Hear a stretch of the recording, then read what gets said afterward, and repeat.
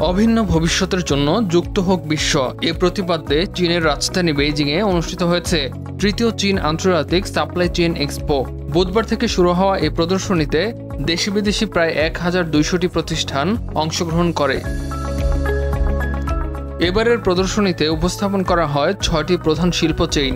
এতে আছে উন্নত উৎপাদন শিল্প, পরিচ্ছন্ন জ্বালানি, ডিজিটাল প্রযুক্তি, স্বাস্থ্যকর জীবনধারা ও সবুজ কৃষি চেইন। এছাড়া একটি সাপ্লাই চেইন সেবা অঞ্চল রয়েছে, যেখানে শৃঙ্খল সম্পর্কিত পরিষেবা ও সমাধান প্রদর্শন করা হয়।